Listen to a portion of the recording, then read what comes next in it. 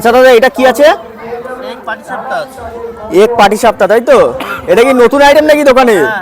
বা এটা কবে থেকে নিচ্ছ, চালু করলে? ফার্স্ট জানুয়ারি থেকে চালু হয়েছে, তাই তো? বাহ।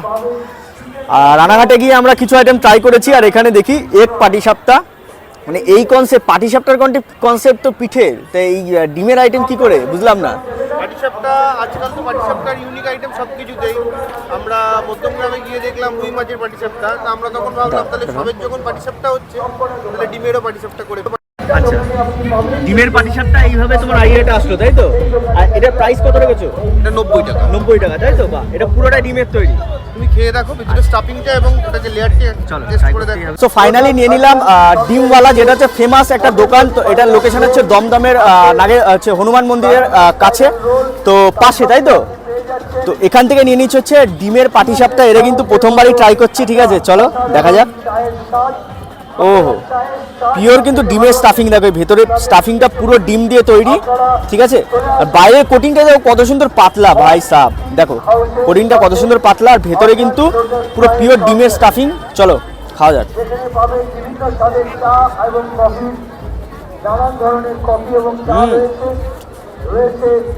কাছে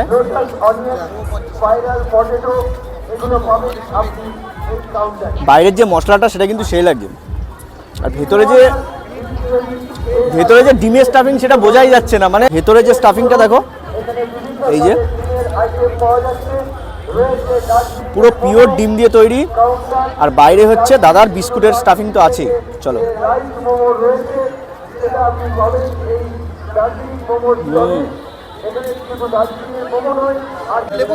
লেবুর জন্য না,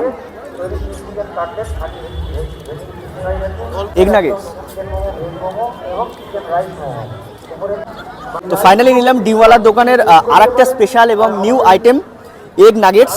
চলো খাওয়া যাক।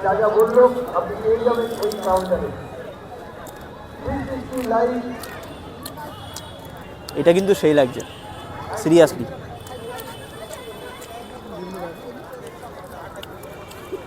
দাদার দোকানের স্টাফিং যেগুলো, মানে সবকটা দেখে কিন্তু আমি জাস্ট ইমপ্রেসড। মানে ভেতরে যে স্টাফিংটা সবকটাতেই কিন্তু পিওর যে ডিম, সেটা কিন্তু তার উপরেই আর কি কারুকার্য থাকে, যার জন্য কিন্তু খেতে কিন্তু সেই লাগে।